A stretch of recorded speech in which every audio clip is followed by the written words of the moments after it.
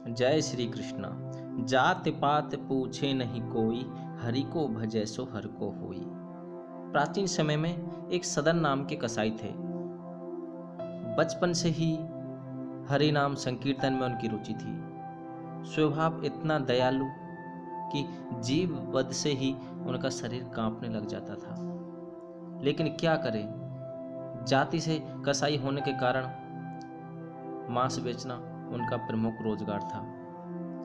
तो वो खुद तो जीव वध करते नहीं थे, लेकिन जाति व्यवसाय होने के कारण दूसरे के यहाँ से मांस लेकर और खुद तोलकर बेचते थे। ऐसा करते समय भी वे दिन भर हरि नाम का गुणगान करते रहते थे। कभी कोई दुकान पर मांस लेने आते तो उनके साथ भी हरि चर्चा में दिन गुजारते थे। एक समय उन्हें कहीं से सालग्राम जी की मूर्ति मिल गई, तो उसे वे पत्थर का टुकड़ा समझकर अपनी दुकान पर ले आए और मांस तोलने के लिए बाट के रूप में काम में लेने लगे। उनका व्यवसाय बहुत अच्छा चल रहा था। मांस तोलते समय भी उनकी मुख से, उनके जिह्वा से हमेशा राम नाम, हरि नाम का गुणगान होता रहता था। अब तो भगवान भी उनसे बहुत प्रसन्न हो गए थे। लेकिन एक दिन कहीं से कोई ब्राह्मण देवता वहां से निकल रहे थे, उनकी दुकान के सामने से गुजर रहे थे। अचानक ब्राह्मण देवता की नज़र जब सालग्राम जी की मूर्ति पर पड़ी तो उन्हें बहुत दुख हुआ। वो तुरंत सदन कसाई के पास आए और बोले, अरे मूर्ख, तू ये क्या कर रहा है? तूने भगवान सालग्राम जी को, भगवान ठाकुर को अपने यहाँ पे इस गंदगी जगह में, इस नीच, इस भ्रष्ट जगह में रख रखा है। तूने भगवान सालग्राम जी को अपवित्र कर दिया। अब सदन कसाई तो अनभिज्ञ थे, उन्हें क्या पता कि ये सालग्राम जी है। उन्हें मन ही मन बहुत पश्चाताप हुआ कि हे प्रभु, मैं कितना मूर्ख हूँ, मैं कितना नीच हूँ कि आपको इस अपवित्र जगह में रखा। उन्हें बहुत ग्लानि हो रही थी। उन्होंने ब्राह्मण देवता को हाथ जोड़कर कहा कि ब्राह्मण देव, आप इस सालग्राम जी को अपने साथ ले जाइए। मैं तो एक अपवित्र, एक नीच आदमी हूँ। मेरे यहाँ पर सालग्राम जी तो अपवित्र हो गए हैं, इसलिए आप इनकी सेवा करना। उधर ब्राह्मण सालग्राम जी को अपने घर ले गए, गंगा जल से स्नान आदि करा के उनको पवित्र करके एक स्वच्छ आसन पर बैठाया और पूजा पाठ करने लगे। इधर सदन कसाई को बहुत पश्चाताप हुआ। अब उनका बिल्कुल ही धंधे में मन नहीं लगने लगा। सदन कसाई रोते रोते भगवान से बोले, हे प्रभु, ये मुझसे कितनी बड़ी गलती हो गई। अनजाने में मैंने आपको इस अपवित्र जगह में रखा। प्रभु, मुझ मूर्ख को क्षमा कर देना, मेरे अवगुणों को क्षमा कर देना प्रभु। और उधर ब्राह्मण देवता ठाकुर जी की सेवा पूजा करने लगे। लेकिन एक दिन ठाकुर जी ने ब्राह्मण देवता को स्वप्न दिया और बोले कि पंडित जी, मैं आपकी सेवा से संतुष्ट नहीं हूँ, मुझे तो मेरे भक्त सदन कसाई के पास ही पहुँचा दीजिए,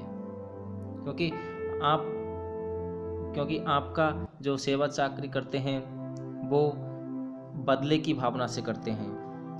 आपको बदले में धन ऐश्वर्य चाहिए, वो तो मैं आपको दे ही दूंगा, लेकिन मुझे तो सिर्फ भक्तों का प्रेम पसंद है। मैं भक्तों के प्रेम के वशीभूत होकर कुछ भी नहीं देखता।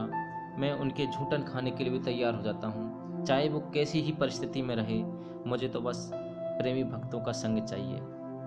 अगले दिन सुबह ब्राह्मण देवता और सालग्राम जी को वापस सदन कसाई के पास लाते हैं। सदन कसाई को सालग्राम जी को देते हैं, बोलते हैं कि आप धन्य हो, आपके माता पिता धन्य हैं जो आप जैसे पुत्र की प्राप्ति हुई है। भगवान आपसे बहुत प्रसन्न है, ये लीजिए और आप इनकी सेवा करिए। जब ब्राह्मण देवता सालग्राम जी को देकर चले गए, तब सदन कसाई को बहुत खुशी हुई कि हे प्रभु, आपने मुझ नीच पर भी कृपा करी, मुझको इस लायक समझा कि मैं आपकी सेवा कर सकूं। उसी दिन से सदन कसाई ने अपना धंधा बंद कर दिया और जगन्नाथपुरी की यात्रा के लिए निकल पड़े।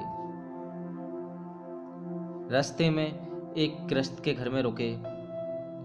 उस गृहस्थ के घर में सिर्फ स्त्री और पुरुष दोनों ही थे। रात में भोजन आदि से निवृत्त होकर हरि का गुणगान करते करते जब सोने लगे तो वो स्त्री सदन कसाई के पास में आई। वो अशिष्ट व्यवहार करने लगी।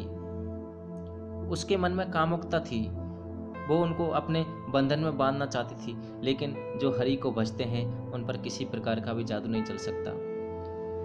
उनमें पर स्त्री को माता या बहन का ही दर्शन होते हैं। सदन कसाई हाथ जोड़कर बोले, हे माते, आप मेरी क्यों परीक्षा ले रही हो? तो उस स्त्री ने जब कोई भी प्रयास सफल नहीं हुआ तो वापस गई और उसने सोचा कि मेरा पति शायद इस राह में रोड़ा बना हुआ है, हमारे सुख का कांटा है, तो क्यों न इसको ही मार दिया जाए। तलवार से अपने पति का सिर काट दिया। फिर वापस सदन कसाई के पास आई और बोली, अब हमारे बीच में कोई नहीं आएगा, मुझे स्वीकार करो। सदन कसाई ने, हे भगवान, ये कैसी लीला दिखा रहा है तू? उस स्त्री को स्वीकार नहीं किया। तब कोई भी प्रयास स्त्री का सफल नहीं हुआ तो बाहर आकर छाती पीट कर रोने लगी, हाय, इस यात्री ने मेरे पति को मार डाला। आसपास के लोग इकट्ठे हुए। उन्होंने उस सदन भक्त को पकड़ लिया। कुछ ने मारा भी, पीटा भी, लेकिन सदन कसाई ने अपनी तरफ से कोई भी सफाई नहीं दी, क्योंकि वो तो भगवान के आश्रित थे। मामला राजा के पास पहुंचा। वहां पर भी सदन कसाई चुप रहे, क्योंकि वो तो सब भगवान की लीला समझकर स्वीकार कर रहे थे कि हे प्रभु, जो तू कर रहा है वो अच्छा ही कर रहा होगा। शायद यही मेरे पाप कर्मों का फल मिल रहा है, जो मैंने आपको इतनी अपवित्र जगह में रखा, आपको समझ नहीं पाया।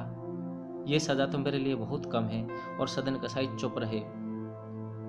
राजा के वहां पर न्याय हुआ और सदन कसाई के दोनों हाथ काटने की सजा सुनाई गई। उनके दोनों हाथ काट दिए गए। वहां से निकलकर जगन्नाथपुरी की तरफ चल दिए। उधर भगवान जगन्नाथ ने पुजारी को स्वप्न देकर कहा कि मेरा भक्त सदन कसाई आ रहा है, जाओ उनके लिए पालकी ले जाओ और उनको आदर सम्मान सहित मेरे यहाँ पर ले आओ। अगले दिन मंदिर का पुजारी सदन कसाई के लिए पालकी ले जाता है और ससम्मान उन्हें मंदिर के लिए लाता है। वहां पर वो भगवान के दर्शन कर कर आनंदित हो जाते हैं। अब तो सदन कसाई हाथ कटने का कोई गम नहीं है, सब कुछ भूल गए, बस आनंद हो गया। हे प्रभु, आप कितने दयालु हैं कि मुझ जैसे नीच भक्त पर भी आपने दया करी, आपने दर्शन दिए। एक दिन यूं ही सदन कसाई अपने दोनों हाथ हरि नाम संकीर्तन में उठाते हैं तो अपने आप ही दोनों हाथ वापस आ जाते हैं और जैसे थे वैसे पुनः हो जाते हैं। सारे भक्तों को जब ये पता चलता है तो सब प्रभु की जय जयकार करने लग जाते हैं। लेकिन सदन कसाई ऐसे कैसे ही रहते हैं, हरि गुणगान में, चिंतन में हमेशा मस्त रहते हैं। उनको जब पता चलता है तो पूछते हैं, हे प्रभु, आपने क्यों मेरे हाथ काटे और क्यों वापस दिए? तो भगवान कहते हैं कि ये तुम्हारे पूर्व जन्मों का फल है। पूर्व जन्म में जब एक गाय कसाई के वहां से भाग रही थी, बंधन छुड़ा के भाग रही थी, तो कसाई ने आवाज लगाई और आपने उस गाय को अपनी दोनों बाहों में पकड़कर रोके रखा। आपको पता होते हुए भी कि ये कसाई है, इस गाय का वध करेगा, तब भी आपने उस गाय को नहीं छोड़ा था। तो इसलिए वो गाय ही तो स्त्री बनकर आई और क्योंकि आपने दोनों हाथों से उस गाय को पकड़े रखा था, इसलिए आपके दोनों हाथों को इस जन्म में काटा गया है। लेकिन आपका भगवान के प्रति समर्पण होने के कारण, मेरे नाम के प्रति समर्पण होने के कारण आपकी सजा पूरी हो गई है और आपके लिए दोबारा दोनों हाथ आ गए हैं। ऐसा सुनते ही सदन कसाई रोने लग गए। हे प्रभु, मुझ पर इतनी कृपा क्यों करी? मैं तो आपकी कृपा के लायक हूं ही नहीं। मेरे पाप कर्म तो इतने बड़े हैं कि आपकी दया प्राप्त कर ही नहीं सकता। लेकिन भगवान बोले कि हे सदन, आप इतने प्रेमी हैं, आप इतने सुहृदय हैं कि आपके सारे पाप कर्मों का फल क्षीण हो गया और आप मेरे भक्त बन गए हैं। उसी समय भगवान ने कृपा करी और उसके शरीर को अपने अंदर समा लिया। तो ये एक प्रेमी भक्त की कथा है। जब कोई भी सच्चे मन से, चाहे किसी भी अवस्था में हो, चाहे किसी भी जाति में हो, किसी भी कुल में हो, जो भगवान को सच्चे मन से भजता है, हरि कीर्तन करता है, हरि नाम जपता है, भगवान उसको सहर्ष से स्वीकार करते हैं। बोलिए भक्त और भगवान की जय। तो धन्यवाद दोस्तों।